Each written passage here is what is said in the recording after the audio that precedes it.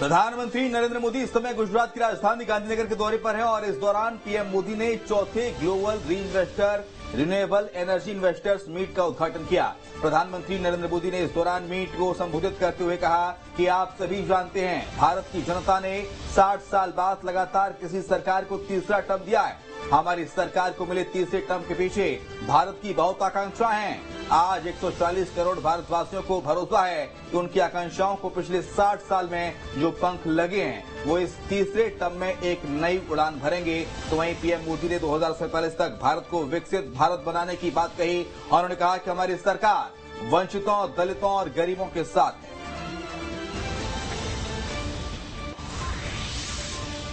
देश के गरीब, दलित, पीड़ित, शोषित, वंचित को भरोसा है कि हमारा थर्ड टर्म उसके गरिमापूर्ण जीवन जीने की गारंटी बनेगा। 140 करोड़ भारतीय भारत को तेजी से टॉप 3 इकोनॉमीज में पहुंचाने का संकल्प लेकर काम कर रहे हैं।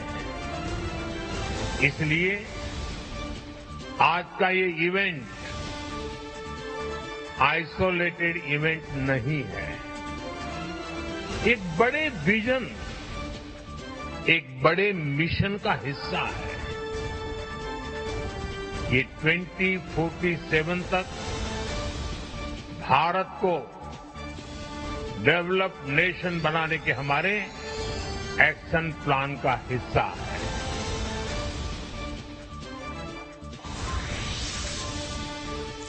गुजरात में चौथे एनर्जी इन्वेस्टर मीट का शुभारंभ हुआ है। पीएम नरेंद्र मोदी ने इस मीट का उद्घाटन किया, साथ ही मौजूद लोगों को संबोधित भी किया। 2 दिवसीय गुजरात दौरे पर पहुंचे छत्तीसगढ़ के मुख्यमंत्री विष्णुदेव साय भी इन्वेस्टर मीट में शामिल हुए और मीट के बाद सीएम साय ने मीडिया से रूबरू होते हुए इन्वेस्टर समिट को लेकर एक बड़ा बयान दिया। सीएम साय ने बताया कि इस मीट में पीएम नरेंद्र मोदी ने सभी का मार्गदर्शन किया है। इसके साथ ही सीएम साय ने कहा कि 2030 तक 500 मेगावाट ऊर्जा मिलेगी और इसमें छत्तीसगढ़ भी अहम भूमिका अदा करेगा।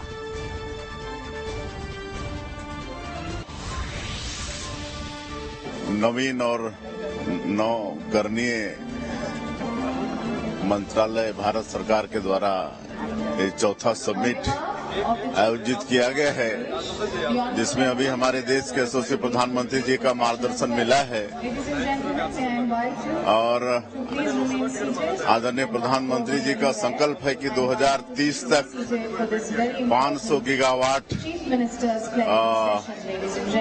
रिन्यूएबल एनर्जी यहाँ पर होना चाहिए और उस दिशा में छत्तीसगढ़ भी अपना योगदान पूरा करेगा और उस दिशा में छत्तीसगढ़ भी काम कर रहा है।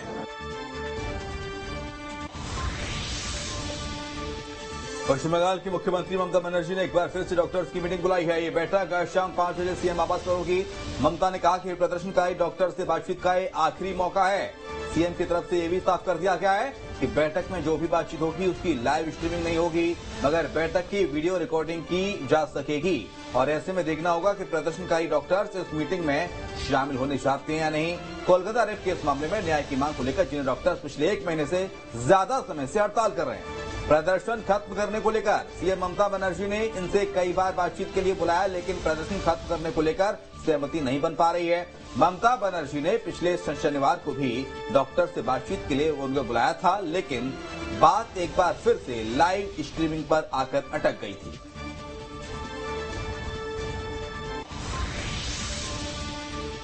महाराष्ट्र में शिंदे गुट के शिवसेना विधायक संजय गायकवाड़ ने कांग्रेस नेता राहुल गांधी पर विवादित बयान दिया है। गायकवाड़ ने कहा कि राहुल गांधी की जीभ काटने वाले को 11 लाख का इनाम दूंगा। शिवसेना विधायक ने कहा कि लोकसभा चुनाव में राहुल गांधी ने कहा कि संविधान खतरे में है और ऐसा फेक नैरेटिव फैलाकर लोगों का वोट लिया और आज आरक्षण समाप्त करने की बात कर रहे हैं। राहुल गांधी पिछड़ों और आदिवासियों का आरक्षण खत्म करने की बात कर रहे हैं।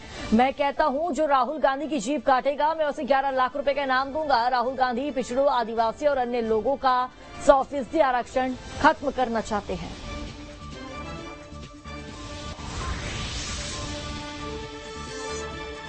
राहुल गांधी के माध्यम से सामने आया है। जो बात उनके पेट में थी वो मुंह से निकल बाहर आई है।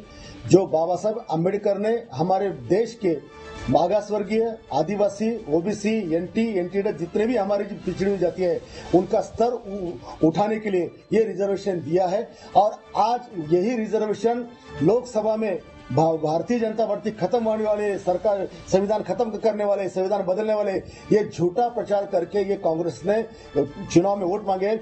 आज इनका असली चेहरा सामने आया है। वो बोल रहे कि हम बाबा साहब का संविधान खत्म करेंगे।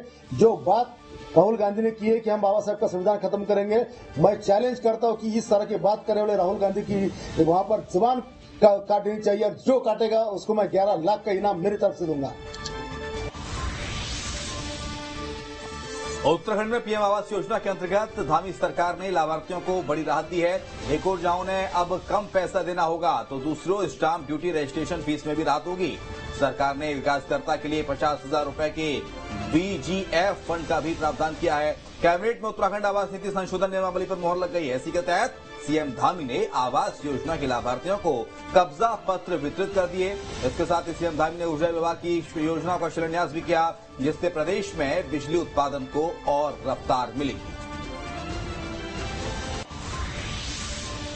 प्रधानमंत्री आवास योजना में 101 लाभार्थियों को उनके अपने घरों की चाबियां सौंपने का सौभाग्य भी आज ही के दिन प्राप्त हो रहा है। मैं आदरणीय प्रधानमंत्री जी का भी धन्यवाद देना चाहता हूं कि उन्होंने अपने प्रधानमंत्री बनने के बाद आवास विहीन ऐसे गरीब परिवारों के लिए, विशेषकर हमारी मातृशक्ति महिलाओं के लिए, उनको जो लखपति दीदी बनाने का अभियान लिया है, जो उनको चाबियां सौंपने का, उनको घरों का मालकिन बनाने का जो लक्ष्य रखा है, उस दिशा में हम तेजी से आगे बढ़ रहे हैं। मध्य प्रदेश शासन के पंचायत एवं ग्रामीण विकास मंत्री प्रहलाद पटेल नरसिंहपुर के दौरे पर पहुंचे, जहां उन्होंने बीजेपी को देश की सबसे बड़ी लोकतांत्रिक पार्टी बताते हुए बीजेपी की सदस्यता ग्रहण करने की लोगों से अपील की है। मंत्री प्रहलाद पटेल ने कहा कि 17 सितंबर से 2 अक्टूबर तक स्वच्छता अभियान चलाया जाएगा। प्रधानमंत्री ने कहा है कि हमें अपने अंदर की स्वच्छता के बारे में जरूर सोचना चाहिए। यदि हम भीतर से स्वच्छता के लिए सजग हैं तो बाहरी स्वच्छता आसानी से की जा सकती है। हमारी पारंपरिक मान्यताएं हमें इसी कालखंड में सामर्थ्य देती है और हमें आज से ही जंगल, जमीन और जल की रक्षा को लेकर चिंता करने की आवश्यकता है। साथ ही कहा है कि नर्मदा के किनारे जो धार्मिक नगरियां है वहां पूर्ण रूप से मांस मदिरा की बिक्री पर प्रतिबंध रहेगा। जब हम अभी 17 सितंबर से 2 अक्टूबर तक स्वच्छता अभियान प्रारंभ करेंगे, तो इस बार माननीय प्रधानमंत्री जी ने कहा है कि हमें बैठते स्वच्छता के बारे में जरूर सोचना चाहिए। यदि हम भीतर से स्वच्छता के लिए स्वयं सजग हैं तो बाहर स्वच्छता तो की जा सकती है। नहीं, उसमें जो हमारे धार्मिक नगरियां हैं वहां पर प्रतिबंध पूरे तरह से होंगे और नर्मदा को अविरल और निर्मल बनाना जो मध्य प्रदेश की जीवनदायिनी है, मुझे लगता है ये फैसला जब हम लोगों ने बैठ कर के किया था तो बिल्कुल अंतर्मन से किया गया फैसला है कि यांत्रिक खनन जो रेत का जो अक्सर विवाद का कारण होता है उस पर पूर्ण प्रतिबंध की बात भी हमने कही है।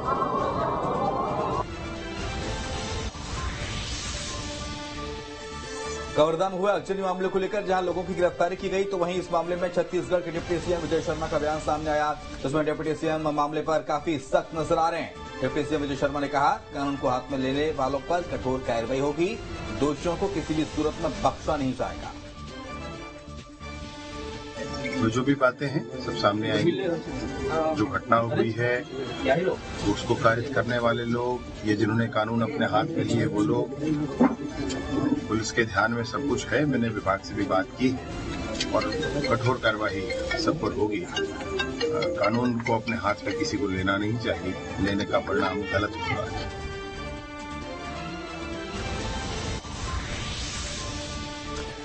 गुना विधायक पन्नालाल शाक्य का महंगाई को लेकर एक बड़ा बयान सामने आया है। विधायक पन्नालाल लोगों के महंगाई को लेकर सवालों पर भड़कते हुए नजर आ रहे हैं। दरअसल उन्होंने महंगाई को लेकर कहा कि महंगाई कहाँ है, लोग 4-4 फोन चला रहे हैं। फोन चलाने वालों को बस प्याज की महंगाई दिख रही है। प्याज तो आज महंगी है तो कल सस्ती हो जाएगी। रविवार को नागरिकों ने गुना विधायक को नागरिक अभिनंदन के लिए गोविंद गार्डन में बुलाया था। विधायक पन्नालाल शाक्य इसी नागरिक अभिनंदन में भाग लेने पहुंचे थे और यहां उन्होंने उन्होंने नागरिकों को संबोधित करते हुए कहा कि किसान सम्मान निधि मिल रही है और न लाडली बहना मिल रही है, ना आयुष्मान मिल रहा है, ना मुफ्त में गेहूं चावल मिल रहे हैं। तो भाइयों, अब पैसा भी धीरे धीरे आएगा। और इसी दौरान उन्होंने कहा कि बहुत अच्छी बात है, महंगाई बहुत है, मोबाइल चल ही रहा है, हम चलाए तो ठीक है, हमारी पत्नी भी चला रही है, हमारा लड़का भी चला रहा है, हमारी लड़की भी चला रही है, तो फिर कहाँ है महंगाई?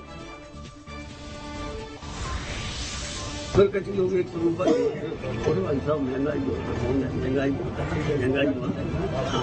बहुत अच्छी महंगाई है, मोबाइल चल ही रहा है, कहाँ से महंगाई है? अच्छा, अरे हम चला तो ठीक ही है, हमारी पत्नी कोई चला रही है, हम लोग मोड़ा कोई चला रही, मोदी भी चला रही, तो फिर क्यों है महंगाई? तुम प्याज में महंगाई की कह रहे हो? प्याज तो मौसमी हुआ है, हम ज्यादा होती रहती है। अलीराजपुर जिले की जोबट की कांग्रेस विधायक सेना पटेल और पूर्व कांग्रेस जिलाध्यक्ष महेश पटेल के बेटे पुष्पराज पटेल और भैयू पटेल के खिलाफ एक युवती की आत्महत्या के मामले में मामला दर्ज किया गया है। बता दें कि 13 सितंबर को अलीराजपुर नगर पालिका की रिटायर्ड सीएमओ की 25 वर्षीय बेटी ने अपने घर में फांसी लगाकर जान दे दी थी।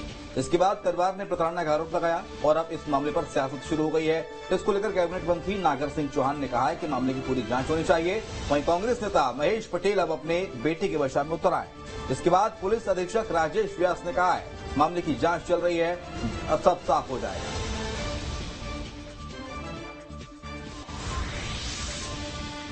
बात करता था मेरा बालक, 2 दिन पहले उसने बात करी थी, उसका फोन आता है, ये फोन आता है, बात होती है, कोई गलती नहीं है, आपस की मित्रता थी, दोस्ती थी, कोई पटराटी थोड़ी करेगा क्या?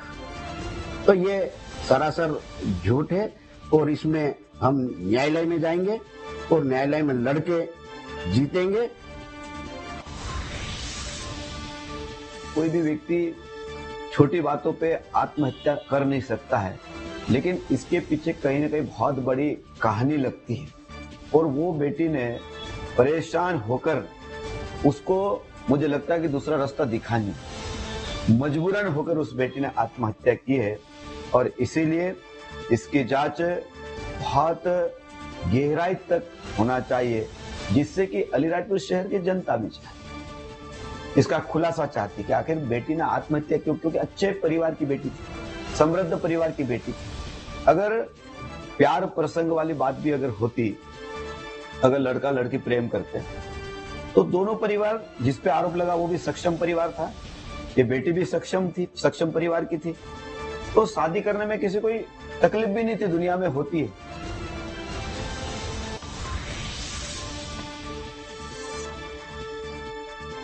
पुलिस ने प्रथम दृष्टया ये अपराध कायम किया है। अपराध जो कायम किया गया है वो जो युवती थी उसका स्कूल का जो पुराना साथी था, जिसका नाम पुष्पराज सिंह उर्फ भैयू, पिता महेश पटेल था, उनके विरुद्ध ये अपराध कायम हुआ धारा 108 BNS के अंतर्गत।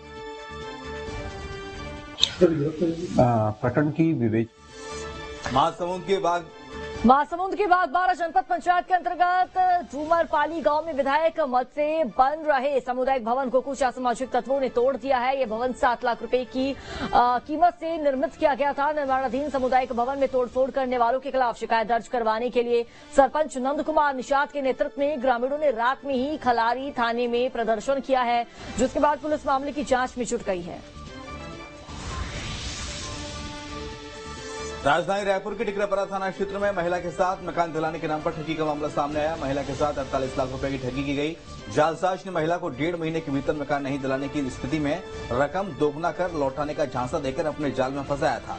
पुलिस ने अपराध दर्ज कर दिया है और पीड़ित महिला ने एशनी होम्स प्राइवेट लिमिटेड के संचालक राकेश मंडल और उसकी पत्नी और अन्य के खिलाफ आपराधिक मामला दर्ज किया है। वह मामला सामने आने के बाद से आरोपी फरार चल रहा है। पुलिस इस मामले में आरोपी की तलाश में जुटी है। पीड़िता ने पुलिस को पूरे मामले की जानकारी देते हुए बताया कि महिला ने अपने परिचित के माध्यम से पिछले वर्ष राकेश से संपर्क किया। राकेश ने अपनी कंपनी को RTA से अधिकृत कंपनी बताकर महिला को कमल विहार में फ्लैट दिलाने का झांसा दिया। एग्रीमेंट के लिए पैसे भी दे दिए, लेकिन महिला को मकान नहीं दिलाया गया। बेमेतरा में एथेनॉल और आयरन की निर्माणाधीन फैक्ट्री के विरोध में किसान एकजुट हो गए हैं, जिसको लेकर किसानों ने 23 सितंबर को ट्रैक्टर रैली करने की चेतावनी दी है। उन्होंने कहा कि महापंचायत के बाद समय सीमा समाप्त होने के बाद किसानों ने मीटिंग की और आगामी विरोध प्रदर्शन को लेकर रणनीति तैयार की।